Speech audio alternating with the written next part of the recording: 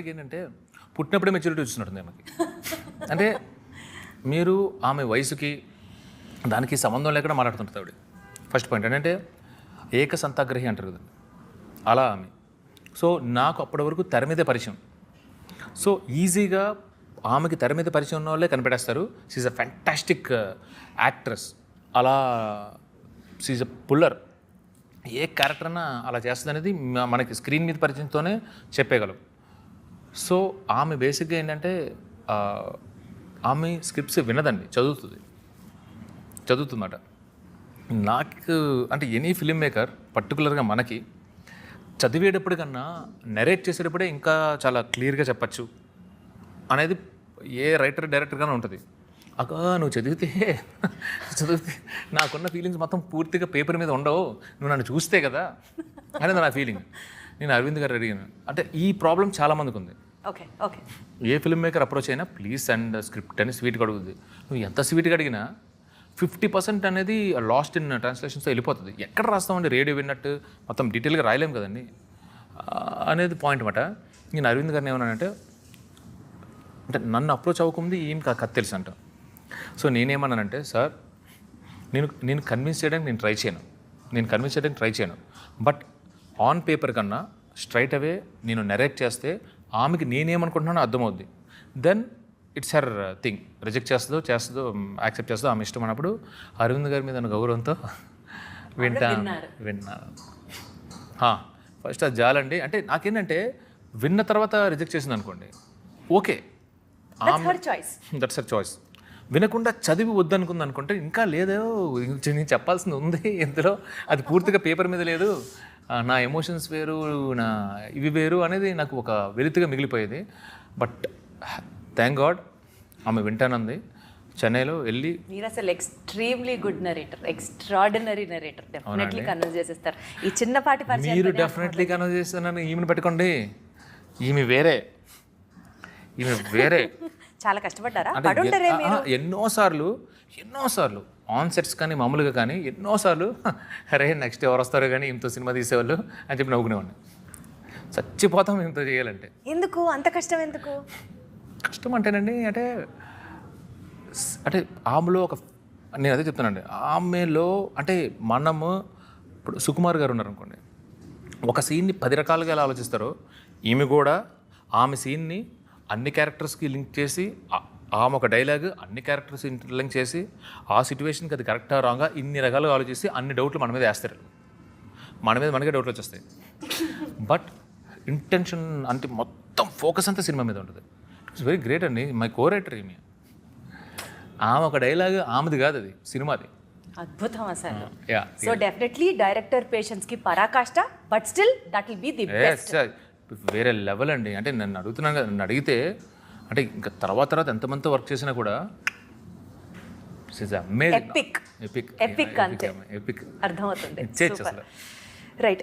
So especially ఈ cinema music గురించి మాట్లాడితే, సాంగ్స్ ఇప్పటి వరకు రిలీజ్ అయినవి ఏదైతే ఉన్నాయో అది అమేజింగ్. ట్రైలర్ చూసినా సరే, బీజిఎం కానీ. దేవిశ్రీ ప్రసాద్ గారికి కమ్బ్యాక్ చందు గారి సినిమాతో వచ్చింది అని అంటే, కమ్బ్యాక్ అంటే నేను అసలు ఒప్పుకోనండి. సీరియస్లీ జనాలైతే టాక్ అలాగే అనిపిస్తుంది. 1 month బ్యాక్ పుష్ప వచ్చింది. Pushpa 2 when compared to Pushpa 1 there is a huge difference. ప్రజలు అంటున్న మాట ఇది, నేను అంటున్నా, నా పర్సనల్ ఫీల్ కాదు. నేను అదైతే అసలు ఒప్పుకోను. Especially for love songs if you have to talk. Fast beat songs లో డించాక్ డిఎస్పీ గాని కొట్టేది లేదు. అంటే ఆయన దగ్గరికి అప్రోచ్ అయినవి లవ్ స్టోరీస్ అయితే లేవండి. But when it comes to love stories ఇంకా దేవి గారిని కొట్టినైతే లేదు. ఇది నాకు ఈ పాటలకి ఇంత అద్భుతమైన రెస్పాన్స్ రావడం నాకు కొత్త, ఆయనకు కాదు. సో నాకు అంటే నేను అదే చెప్తాను. అంటే ఇక్కడ you were very specific about the love tracks. మ్యూజిక్లో మీ ఇంటర్ఫియరెన్స్ కూడా చాలా ఉంది.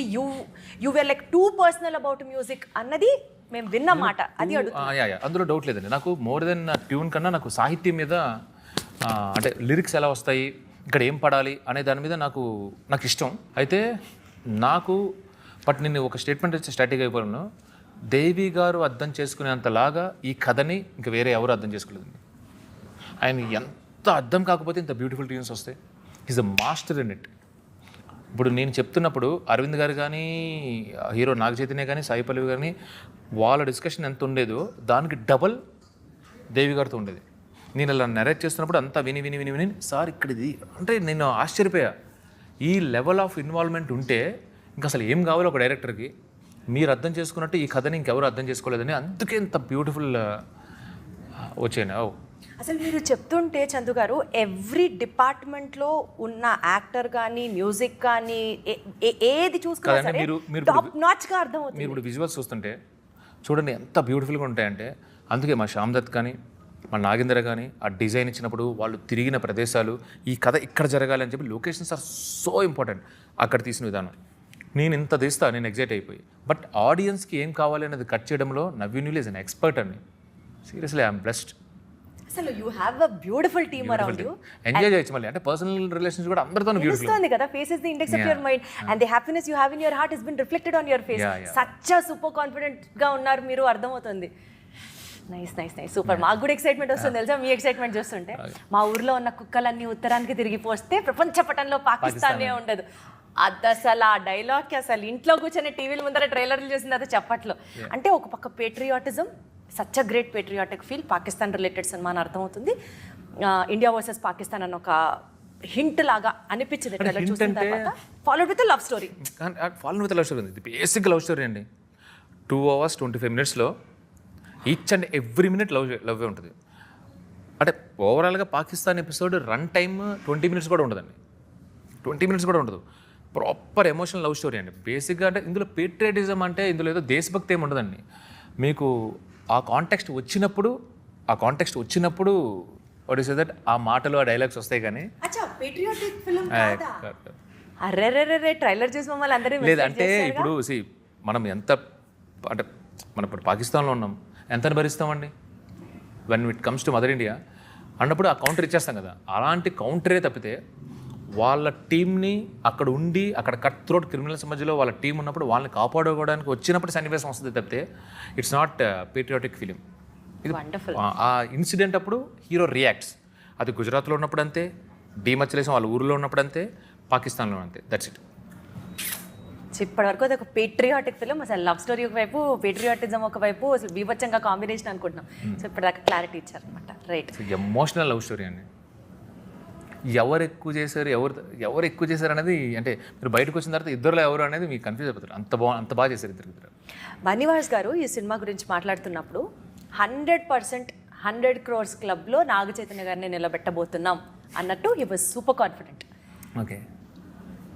ఓకే అంటే అది బిజినెస్ కమర్షియల్స్ ప్రొడ్యూసర్ గారు మాట్లాడాలి అంటే might be this is a very diplomatic answer. But diplomatic కాదండి. నేను కాన్ఫిడెంట్గా ఏం చెప్తానంటే, ఈ సినిమాని ఏం ఎక్స్పెక్ట్ చేసి వచ్చి కూర్చుంటారో ఈచ్ అండ్ ఎవ్రీ ఆడియన్స్ ఏం ఎక్స్పెక్ట్ చేసి వచ్చి కూర్చుంటారో అది వెనక్కి ఇచ్చేస్తామండి.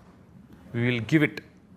అందులో మాత్రం ఈ సాంగ్స్ విన్నా, ఈ ట్రైలర్ చూసినా ఏముంటుంది సినిమాలో, మేము ఏం ఎక్స్పెక్ట్ చేసి మేము ఏం ఎంటర్టైన్ అవుతాం ఈ సినిమా దగ్గర నుంచి ఉన్నది మాత్రం 100% ఉంటుంది. సో సినిమా గురించి ఎట్లయితే మాట్లాడుకున్నామో, తండేల్ సినిమాకి సంబంధిస్తూ మీకు కొంచెం పర్సనల్గా వెళ్తే ఒక చిన్న ర్యాపిడ్ ఫైర్ అనుకుందాం. I want it in a very Swift way. I ask the question. చెప్పండి.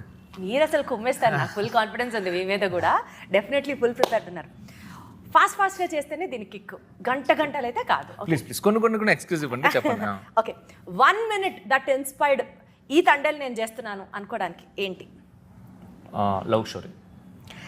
తండేల్లో లాంగెస్ట్ షూట్ చేసిన సీన్? స్టార్మ్ సీక్వెన్స్ అంటే ఎక్స్ప్లెయిన్ దట్. అంటే ఇంటర్వెల్లో వచ్చే ఒక స్టార్మ్ సీక్వెన్స్ ఉంటుంది. అదే స్టార్మ్ సముద్రం మధ్యలో, అది ఇంటర్వెల్ బ్రేక్ అనమాట. ఓకే, కొన్ని ఇట్లా మాకు దొరుకుతున్నప్పుడు బ్రేక్ ఇవ్వచ్చు, పర్వాలేదు. సో సినిమాలో మీరు బాగా రిలేట్ అయిన మీ పర్సనల్ లైఫ్ ఇన్సిడెంట్ ఒకటి చెప్పాలి అంటే? దూరంగా ఉండి చాలా రోజుల తర్వాత కలుసుకునే ఇన్సిడెంట్ పాయింట్. మీరు అది బాగా కనెక్ట్ అవుతారు, బికాస్ మీరు సర్ప్రైజ్లో ఇష్టం కాబట్టి మీకు. ఓకే, సో సినిమా షూటింగ్ జరిగేటప్పుడు అనుకోకుండా లేట్ అయినటువంటి ఒక సీన్ కానీ సంఘటన కానీ మీరు ఎక్స్పెక్ట్ చేయలేదు, but that has cost so much of delay? చాలా ఉన్నాయండి. ఒకటి చెప్పండి సార్, గొప్పది, మంచిది. అంటే ఏం లేదండి, ఇప్పుడు సముద్రంలో మేము అంటే రియల్ లొకేషన్లో చేసాం. ఈయన అడిగాం, ఎవడో బ్లూ మ్యాట్ గ్రీన్ మ్యాట్ చేద్దామని హీరోని. నాకు ఆ ఫీల్ రాదు, నీకు ఒరిజినల్ సముద్రంలోనేని. ఆయన అసలు ఎండలో కూడా నిల్చొని పోయి ఫుల్ ట్యాన్ అయిపోయారంట కదా, ఆయన హార్డ్ వర్క్ అసలు. సో అంటే సముద్రంలో షూటింగ్ అనేది ఇంకా మన చేతిలో లేదండి, సముద్రం చేతిలో ఉంది. అది కామ్గా ఉంటే చేసుకుంటాం, లేదంటే మళ్ళీ వెనక్కి వచ్చేస్తాం. ఎవడు ఎప్పుడు ఎక్కడ పడిపోతారో కూడా తెలియదు. నడ్డి సముద్రంలో కొన్నిసార్లు విత్ హై టైడ్స్.